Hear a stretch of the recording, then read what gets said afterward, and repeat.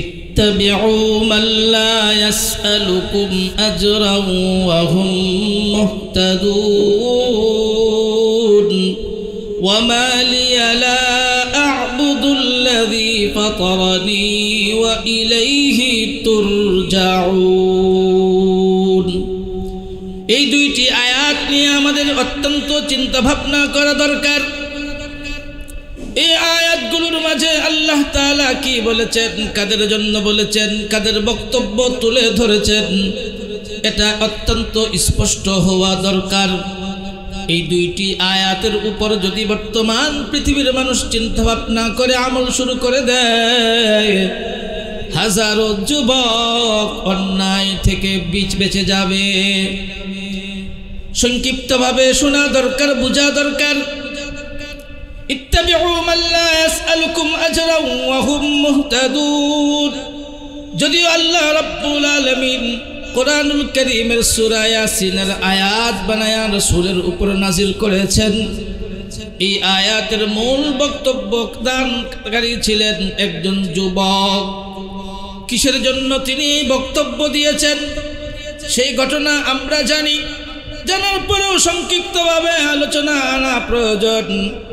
যখন কোনো এক প্রদেশের লোকজন নবীদের দাওয়াত মানতে ছিলেন না, আল্লাহ এবং তার রাসূলদেরকে অস্বীকার করতেছিল, যুবক সঙ্গে সঙ্গে ঘোষণা দিলেন, হে পৃথিবীর মানুষ, তোমরা এই পৃথিবীর মোহের মধ্যে পড়ে আল্লাহ এবং তার রাসূলদের সঙ্গে নাফরমানি করছো। তোমরা আমার সিদ্ধান্ত জানতে চাইতেছো, শুনো, আমি তোমাদেরকে বলছি, ইত্তাবিউ মান লা ইয়াসআলুকুম আজরান ওয়া হুম মুহতাদুন। যারা তোমাদের কাছে কোনো প্রকার বিনিময় চায় না, তোমাদের অর্থ সম্পদ চায় না, তোমাদের ঘরবাড়ি চায় না, তোমাদের টাকা পয়সা চায় না, শুধুমাত্র তোমাদেরকে জান্নাতের মালিক বানাতে চায়, পরকালে মুক্তির ব্যবস্থা করে দিতে চায়, তোমরা অবশ্যই অবশ্যই এই লোকগুলার অনুকরণ করবে।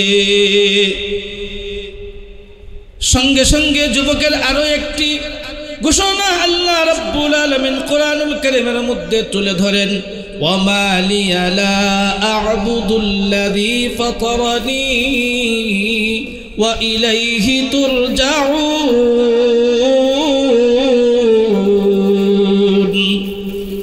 যুবক বলে, আমার কি হলো যে আমি আল্লাহ রাব্বুল আলামিনের গোলামি করব না?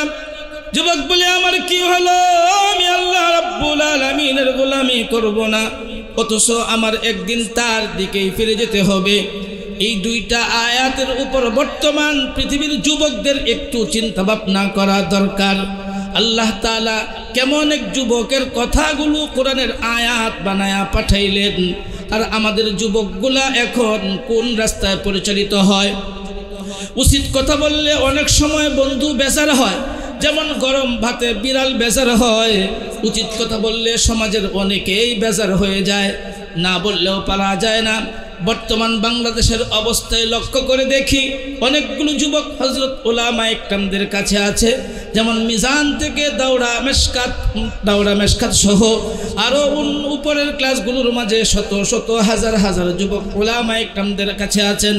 উলামায়ে ইকরামদের কাছে যেই সমস্ত যুবক আছে, তারা তো 5 ওয়াক্ত নামাজের পাশাপাশি শেষ রাতে তাহাজ্জুদ পর্যন্ত পড়তে অভ্যস্ত হয়ে গেছে।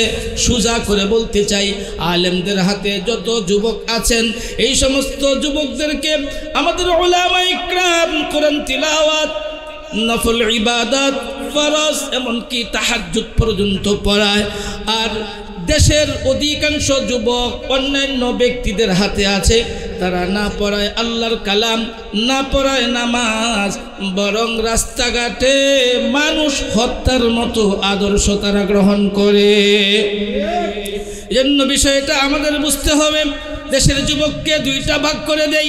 একদল যুবক উলামায়ে ইকরামদের সান্নিধ্যে তাকায়া দেখো, তারা কোরআন তিলাওয়াত, নফল নামাজ, শেষ রাতে তাহাজ্জুদ পর্যন্ত পড়ে। আর এক শ্রেণীর যুবক আমাদের দেশের কিছু নেতার কাছে আছে। এই নেতাদের আদর্শ এতটাই বিবর্জিত, এদের সাথে থাইকা থাইকা নামাজ কালাম তো পড়েই না, বরং রাস্তার মাঝে মাঝে মাঝে মানুষ পাথর দিয়ে সেইসা মারে। এই জন্য আমাদের একটু চিন্তা ভাবনা করা দরকার।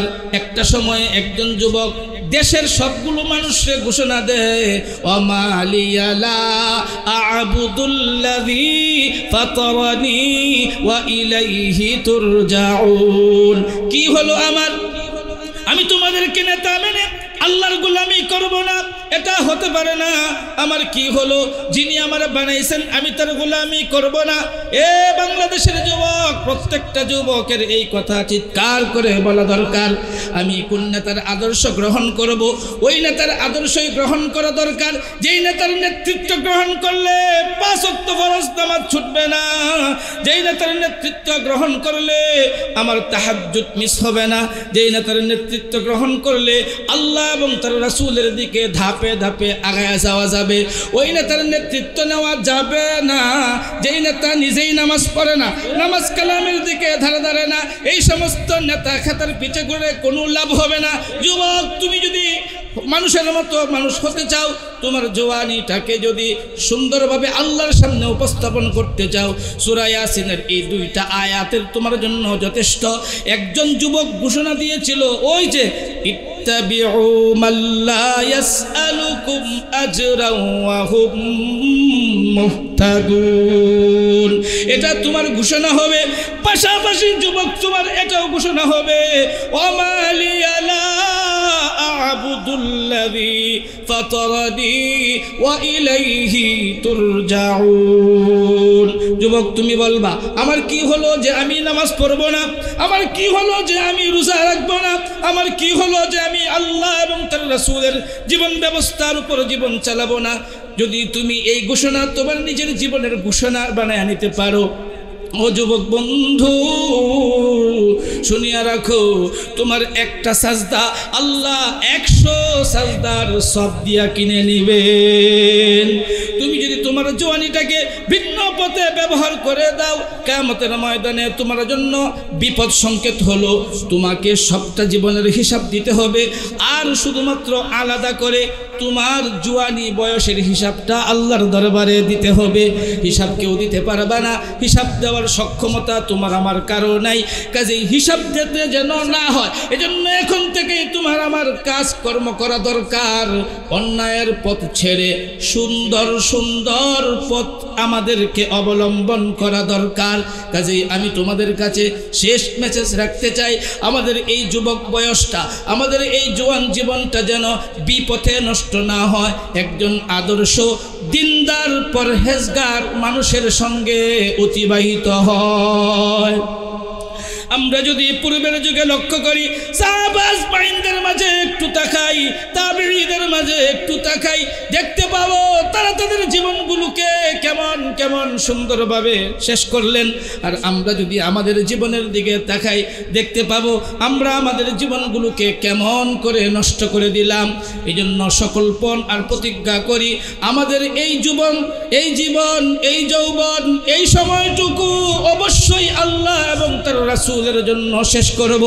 তবে আল্লাহ আর রাসূলের জন্য যদি সময় ব্যয় করতে হয়, এই সময়ের মাধ্যম আমাকে একজন আদর্শ ব্যক্তি গ্রহণ করতে হয়। এজন্য সকল যুবক আমরা পণের প্রতিজ্ঞা করি, আমরা আমাদের এলাকার সবথেকে শ্রেষ্ঠ একজন আলেমকে ধরব এবং তার ইশারায় জীবনটাকে সামনে আগাবো। আল্লাহ তাআলা আমাদের সকলকে তৌফিক দান করুন, আমিন।